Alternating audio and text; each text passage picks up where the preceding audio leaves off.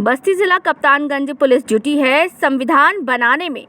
Vote न देने पर दलितों को बीजेपी वालों ने जमकर कर दी कुटाई। मामला कल शाम को लगभग 9 बजे रात का है। पहले दलितों का बदलवाया प्रार्थना पत्र, फिर भी कप्तानगंज पुलिस ने नहीं लिखा मुकदमा। लगभग 24 घंटे पीड़ित रहे परेशान।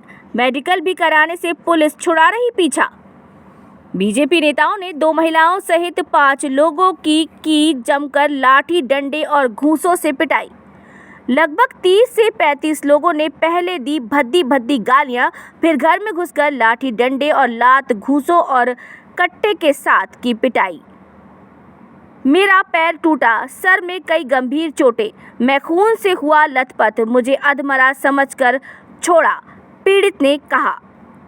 अब देखना है बस्ती पुलिस कैसे करती है उन दबंगों के खिलाफ कार्यवाही। कप्तानगंज थाना क्षेत्र के करचौलिया गांव का पूरा मामला।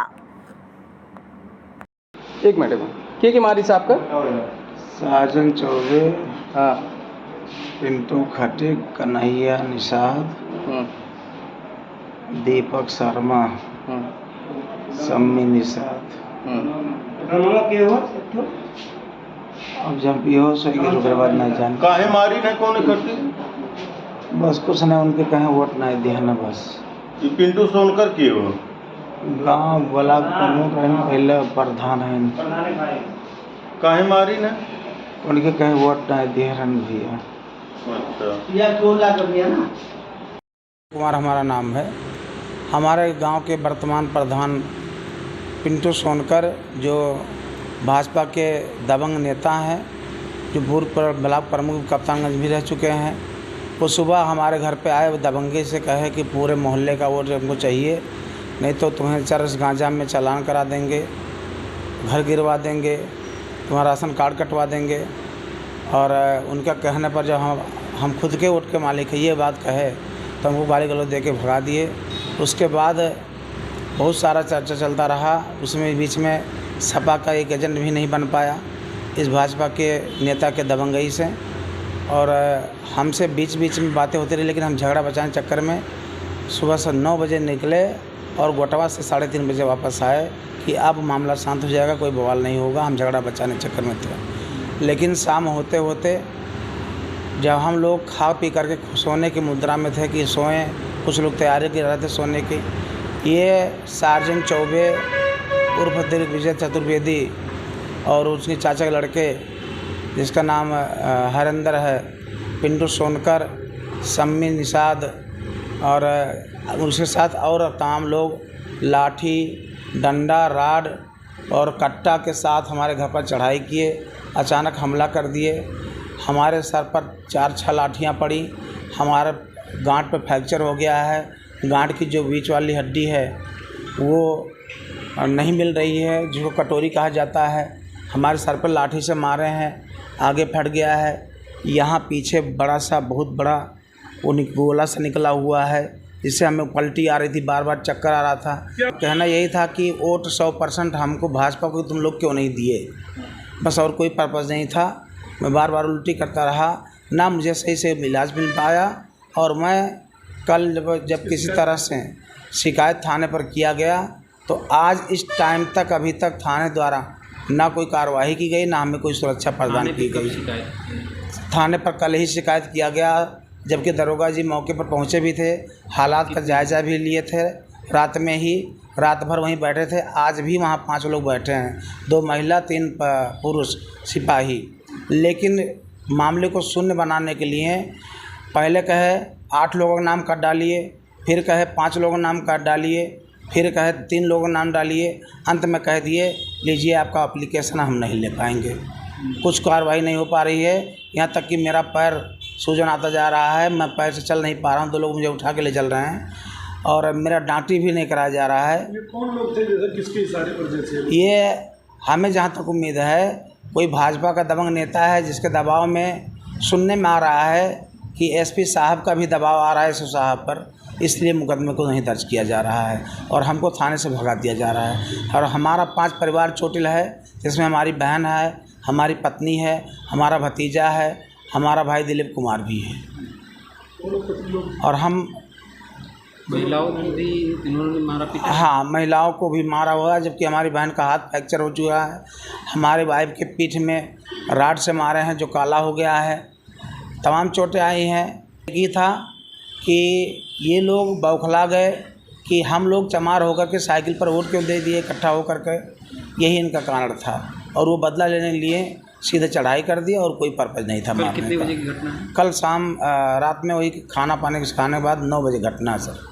नहीं गए, गांव से निकाल देंगे, घर गिरवा देंगे, बुलडोज़र चलवा देंगे। हम इस पार्टी वाले बुलडोज़र पार्टी वाले नेता हैं।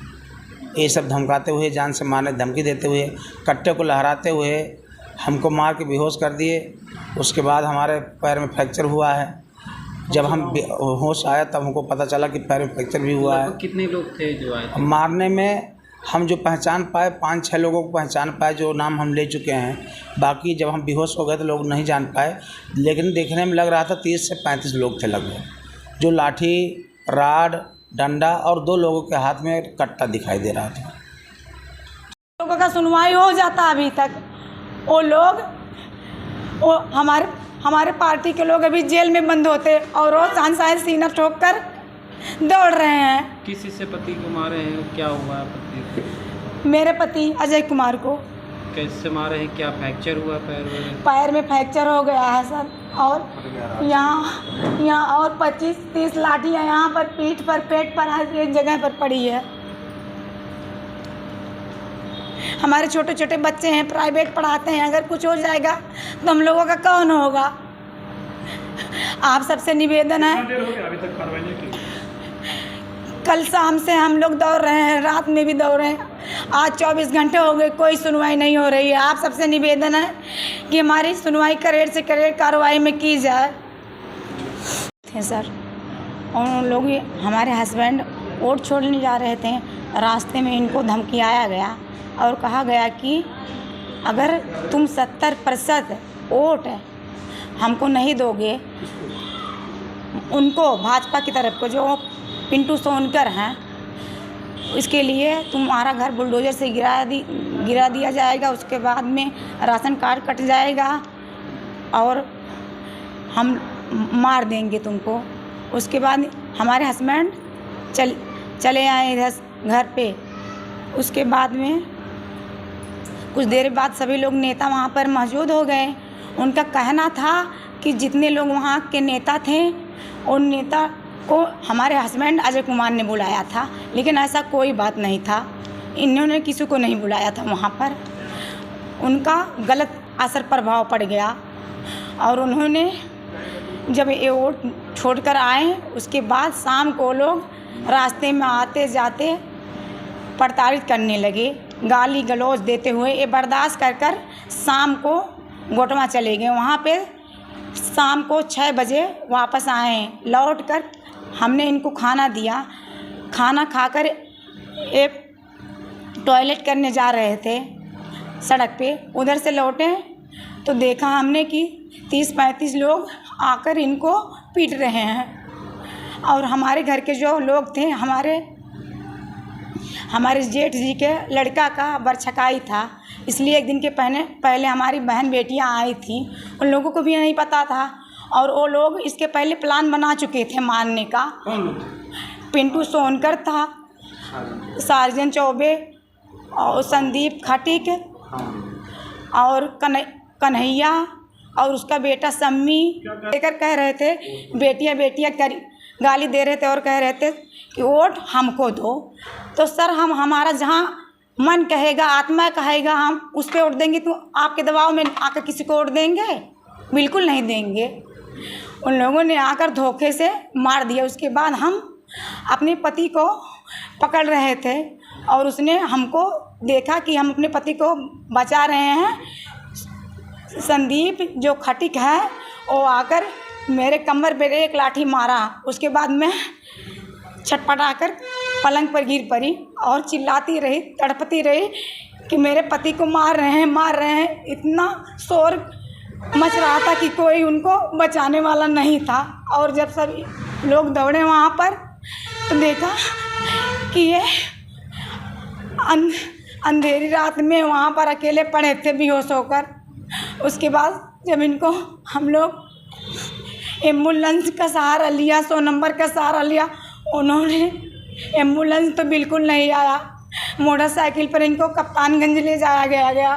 उसके बाद आधे घंटे 1 घंटे बाद 100 नंबर आया। 100 नंबर वाले ने भी हमारी कोई सुनवाई नहीं की। यहाँ तक थाने पर क्या हुआ?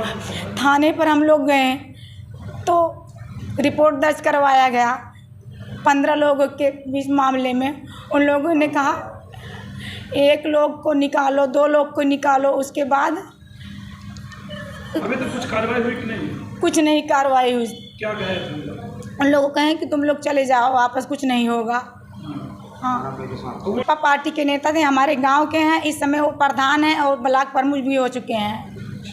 हाँ वोट को लेकर के मारे पीटे? हाँ, वोट को ले पिंटू सोनकर, संदीप सोनकर उसका छोटा भाई है, और इसमें सार्जन का हाथ है, उसका 2 भाई हैं। उसके बाद कन्हैया चौबे, इंद्रजीत, सम्मी और अन्य तमाम।